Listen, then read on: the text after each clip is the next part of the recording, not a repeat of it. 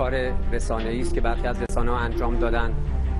چنین چیزی در پیشنهادات ایران وجود نداره. اما you won't see a white flag, but essentially that's already what they need. They should wave the white flag of surrender.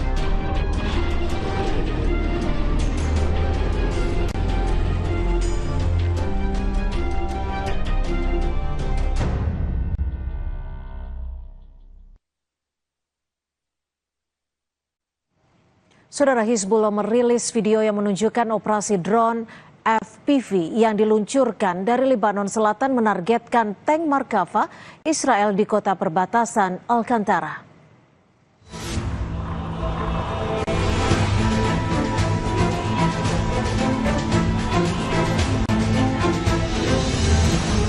Dikutip dari kantor berita Al-Manar, video yang dirilis ini menggambarkan sebuah drone FPV menargetkan tank Israel di kota perbatasan Alcantara.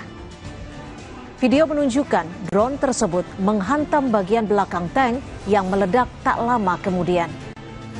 Hizbullah mengklaim mulai menggunakan drone yang dipandu kabel serat optik yang kebal terhadap sistem pengacau sinyal milik Israel, sehingga tetap bisa dikendalikan hingga detik-detik benturan.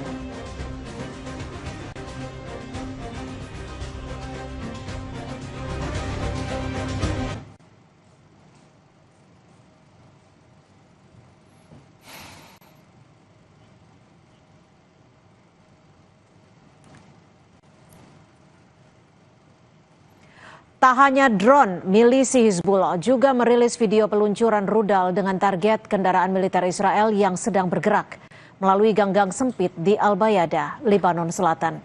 Serangan ini, saudara, merupakan bagian dari rangkaian operasi balasan terhadap Israel.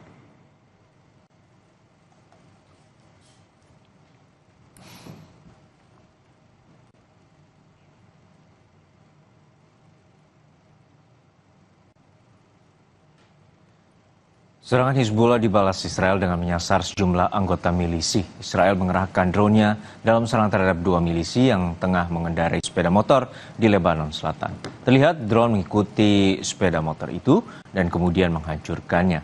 Israel mengklaim keduanya adalah anggota Hizbullah yang beroperasi di Lebanon Selatan. IDF mengatakan telah menyerang sekitar 500 target di Lebanon sejak gencatan senjata yang berlaku pada 17 April lalu.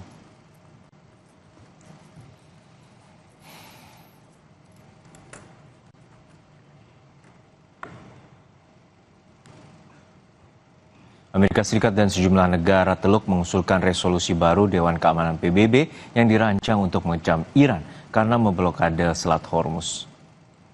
Menlu Amerika Serikat Marco Rubio menyebut langkah ini diambil karena Iran terus menyandera perekonomian dunia dengan menutup jalur laut vital itu. Resolusi akan mewajibkan Iran menghentikan serangan terhadap kapal dagang dan upaya untuk memungut tarif bea masuk pada pelayaran di Hormuz. Ia juga menuntut Iran untuk berhenti menempatkan ranjau laut di Hormuz dan mengungkapkan lokasi ranjau itu. The UN was supposed to be a place where you could peacefully resolve global conflict. Right now you have a country who is unlawfully, criminally, and illegally taking possession of an international waterway and blowing up commercial vessels and putting mines in the water.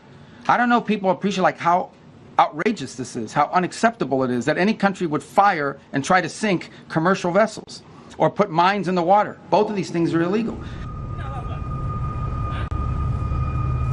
Uni Emirat Arab mengecam keras serangan rudal dan drone Iran yang disebut oleh Kementerian Luar Negeri Uni Emirat Arab menargetkan situs sipil. Tindakan ini tidak dapat diterima karena telah mengancam keamanan, stabilitas, dan integritas teritorial Uni Emirat Arab.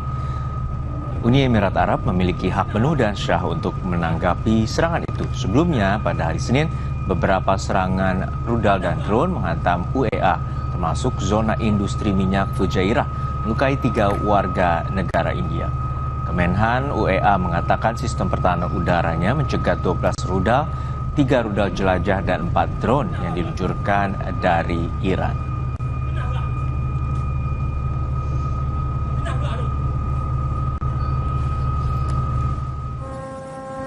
Otoritas Iran membantah tuduhan bahwa pihaknya menyerang Uni Emirat Arab. Sebelumnya, Abu Dhabi menyalahkan Teheran atas serangan drone yang menghantam instalasi energi di wilayah Fujairah. Iran menyebut pernyataan Kementerian Pertahanan Uni Emirat Arab terkait serangan Iran tidak benar.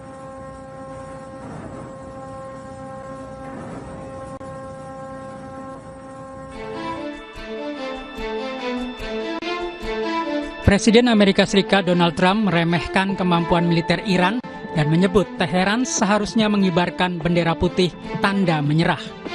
Trump menilai militer Iran telah melemah dan hanya mampu menembakkan senjata mainan. Ia juga mengklaim Iran sebenarnya ingin membuat kesepakatan meskipun secara terbuka menunjukkan ancaman militer. They should wave the white flag of surrender. In hockey they say uncle, right? When are they gonna cry uncle? But and they have another expression. If this were a fight, they would stop it. But you know, we have to go out and we have to do it. Di tengah makin panasnya situasi di Timur Tengah, Menteri Luar Negeri Iran bertemu dengan Menlu Tiongkok. Iran membutuhkan dukungan Tiongkok setelah Menlu AS meminta Tiongkok untuk menekan Iran agar melonggarkan cengkraman Teheran di Selat Hormuz. Menteri Luar Negeri Iran, Syed Abbas Araghchi, mengatakan rencana Amerika Serikat untuk memandu kapal melalui Selat Hormuz yang dijuluki proyek kebebasan justru akan berubah menjadi proyek kebuntuan. Dalam sebuah unggahan di platform media sosial X, Araghchi memperingatkan bahwa seiring kemajuan pembicaraan dengan mediasi Pakistan, Amerika Serikat harus waspada agar tidak terseret kembali dalam perang terbuka. AS harus waspada agar tidak terseret kembali ke dalam rawa oleh pihak-pihak yang berniat jahat. Begitu pula Uni Emirat Arab. Proyek kebebasan adalah proyek kebuntuan, tulis Abbas Araghchi di akun X-nya. Iran masih memegang kendali ketat atas Selat Hormuz sejak konflik dimulai yang berdampak pada terhambatnya aliran besar minyak, gas, dan pupuk ke ekonomi global. Di sisi lain, Amerika Serikat juga memberlakukan blokade balasan terhadap pelabuhan-pelabuhan Iran.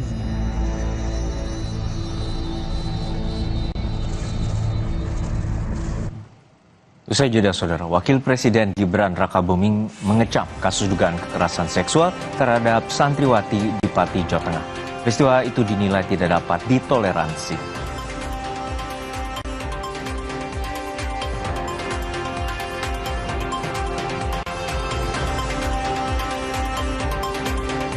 Setelah anggaran renovasi rumah dinas Gubernur Kalimantan Timur menjadi sorotan, kini Pemprov Kalimantan Timur menjelaskan soal anggaran laundry yang mencapai 450 juta rupiah.